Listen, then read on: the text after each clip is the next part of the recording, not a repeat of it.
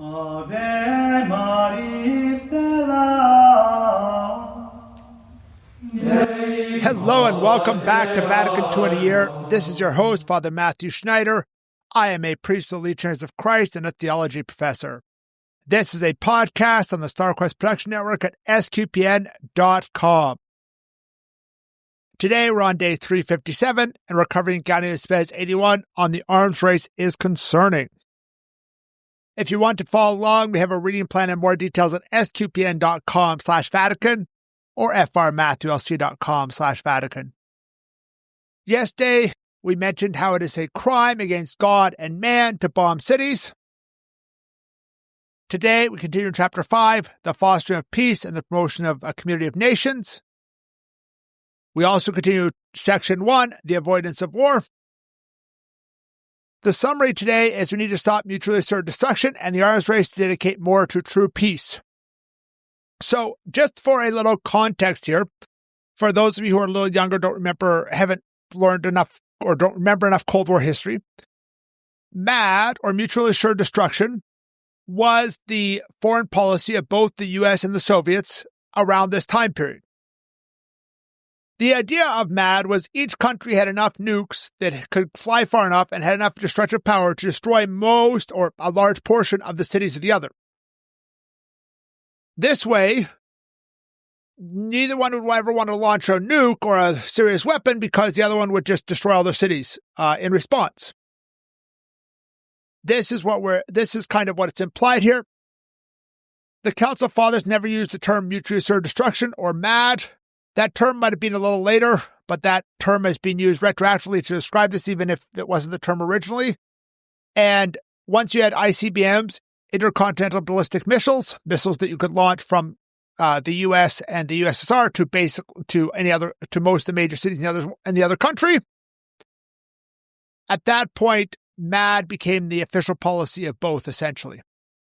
So, this paragraph 81 has 4 subparagraphs. A. Many weapons are amassed for a tenuous form of peace. B. MAD creates a balance but lacks authentic peace. C. We need to find alternatives for the arms race. D. We need to work for international organizations and peace. Let's begin with 81A. To be sure, scientific weapons are not amassed solely for use in war, since the defensive strength of any nation is considered to be dependent upon their capacity for immediate retaliation. The accumulation of arms, which increases each year, likewise serves in a way hitherto unknown as a deterrent to a possible enemy attack. Many regard this procedure as the most effective way by which peace of a sort can be maintained between the nations at the present time. This is a basic description of MAD, as I noted beforehand, and this was how they were, how the two nations were. It does deter an attack to an extent, but the problem is that any possible attack becomes absolutely catastrophic. And this would not be a kind of peace and a deeper sense of peace that the Council Fathers are looking for, which we'll go into in the next paragraph. So 81b talks about how MAD creates a balance but lacks authentic peace. Let's read it. B. Whatever the facts about this method of deterrence, men should be convinced that the arms race, in which an already considerable number of countries are engaged, is not a safe way to preserve a steady peace. Nor is the so-called balance resulting from this race a sure and authentic peace. Rather than be limited thereby, the cause of war in danger of being gradually aggravated. While extravagant sums are being spent for the furnishing of ever new weapons, an adequate remedy cannot be provided for the multiple miseries afflicting the whole modern world. Disagreements between nations are not really and radically healed. On the contrary, they spread the infection to other parts of the earth. New approaches based on reformed attitudes must be taken to remove this trap and to emancipate the world from its crushing anxiety through the restoration of genuine peace. So, what they're noting here, what the Council Fathers are noting, is what was kind of implied above, that mutually assured destruction creates a kind of short-term peace, but it's not a good long-term strategy for effective peace. The cause of war aggravated this kind of absolute destruction of everything, of destruction of whole cities, which we noted yesterday is unjust, and things like that. It also takes money away from other programs which can build up humanity and build up an authentic peace. Because if we really put into human development, that does a whole lot to prevent war and to build a really good peace between nations. And so it's saying, hey, look, we need to look at new approaches that don't include this danger of absolute destruction of all the cities of a nation or things like that. The Council Fathers don't provide exact details. They do provide the idea that we should do something of humanitarian things like that. But they don't provide exact details of how we need to resolve this danger. And what are the other options? It just says this option isn't a good option. And sometimes that's what we can say as a church, as an ethical voice crying out in the wilderness. Moving on to 81C. It's about how we need to find alternatives for the arms race. Kind of what we concluded the last subparagraph with. So let's read 81C. Therefore, we say it again, the arms race is an utterly treacherous trap for humanity, and one which snares the poor to an intolerable degree. It is much to be feared that if this race persists, it will eventually spawn all the lethal ruin whose path it is known making ready. Warned by the calamities which the human race has made possible, let us make use of the interlude granted us from above, and for which we are thankful to become more conscious of our own responsibility and to find means for resolving our disputes in a manner more worthy of man. Divine Providence urgently demands of us that we free ourselves from the age-old slavery of war. If we refuse to make this effort, we do not know where we will be led by the evil road we have set upon. This subparagraph is just kind of repeating what we already noted, in that the arms race is dangerous and treacherous. And here it's noting the concern for the poor, right? In Catholic teaching, we have a fundamental option, a preferential option for the poor.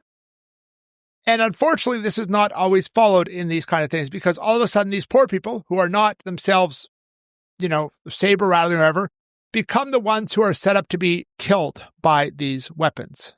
At least some of them, the ones in the cities mainly.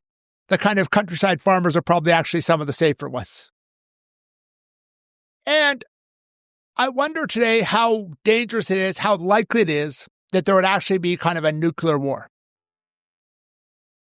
I don't know precisely. I don't think the U.S. versus Russia is likely to happen, even with all the things going on in Ukraine.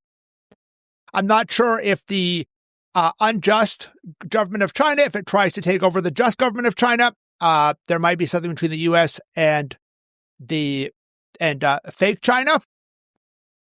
I'm using fake and real China according to the Vatican description, where the Republic of China, currently only holding Taiwan, is the government of China, and the People's Republic of China, currently holding most of the country, is a rebel force in control of most of the country, not the official government of the country. Just a side note there to distinguish that. So there is this fear. I don't know how much it's real today, how much there is a danger of nuclear war. I think in the 1960s it was probably more of a genuine fear than it is today. And the idea here is to move away from war towards human development. Rather than spending billions and trillions of dollars on building bigger bombs, if we spend that money on developing people, we often prevent the causes of war. So moving on to our last subparagraph, 81D, it talks about how we need to work for international organizations and peace. D, it is our clear duty, therefore, to strain every muscle in working for the time when all war can be completely outlawed by international consent. This goal undoubtedly requires the establishment of some public authority acknowledged as such by all, and undoubted the power to safeguard on the behalf of all security, regard for justice, and respect for rights. But before this hoped-for authority can be set up, the highest existing international centers must devote themselves vigorously to the pursuit of better means of attaining common security.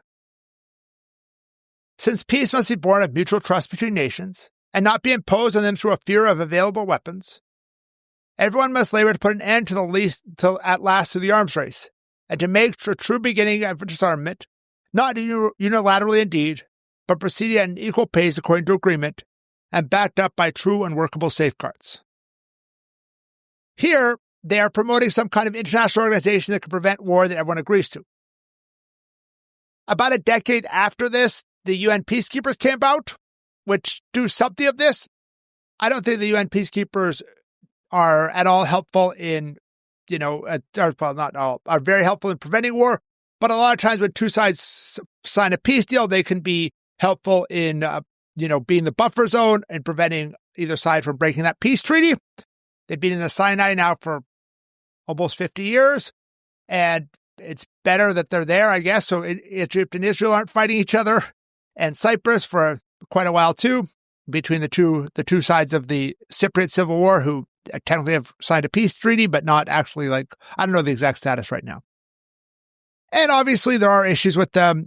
You can look at scandals of them. I'm not going to go through them here, but that is what we're looking at. But I don't think that that's ever going to really happen. It's a good idea, but the reality is that we have original sin. We have countries who will not want to just be, moved by voice. They want to be like, hey, we're big and stronger. We're going to bully our neighbors. And that's just the sign of original sin. That's a consequence of original sin. I don't think there's a solution. Nations simply don't trust each other. This subparagraph and the whole paragraph concludes with the idea that we need mutual disarmament with the arms race, which I think is something valuable. And it is something that kind of happened between the U.S. and Russia in the decades following the Second Vatican Council. Thank you for listening to this episode of Vatican II in a Year. This is a listener-supported podcast, and you can donate to help StarQuest produce it and other great podcasts at sqpn.com/give. You can give one-time, monthly, or join the StarQuest Patreon. Tomorrow we continue with the next paragraph in Gaudium Spes, which is paragraph 82, and we should promote efforts to avoid war. Please join us then to learn more about Vatican II, which will provide a blueprint for the Catholic Church. Go to sqpn.com/Vatican, frmatthewlc.com/Vatican, or Vatican SQPN on Facebook and X. If you want more information on the podcast, like playlists and a reading plan.